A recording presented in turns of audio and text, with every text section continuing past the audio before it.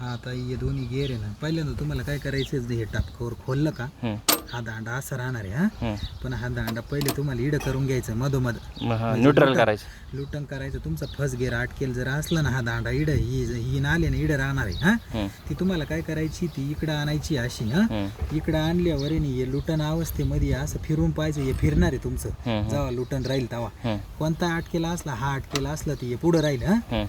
ये परत असं अटकेल राहिला तर इडं राहिलं. आपल्याला काय करायची, या दोन्ही फाडी आहे ना या लक्षात ठेवायची. या दिसल्या का तुम्हाला, या हा गेअर लुटन करून तुम्ही जर या असं हे फिरलं ना, तुमचा कुठला गेअर अटकेल नाही, लुटन अवस्था हे लुटन अवस्था करून घ्यायची. आणि हे इथं असं फसेल राहील. समजा आता मी तुम्हाला पाडून दाखवतो. पहिला गेअर आहे अटकेले, पहिला गेअर अटकेले, हे पुढे निघून जायले. इथं हा खाचा दिसतो ना, अशा पद्धतीनं ते गमत अशी त्याची का तुम्हाला आता हे अटकेले म्हणून मी इकडून काढू राहिलो. पण तुम्हाला हे इकडे निघून जायला असलं ना, तुम्हाला ही नाली इकडे ठोकायची का ना, अशी ठोकायची. ती इकडे येईल असली का येणं, इथं सेम खाचा आणायचा, इकडे सेम खाचा आणायचा.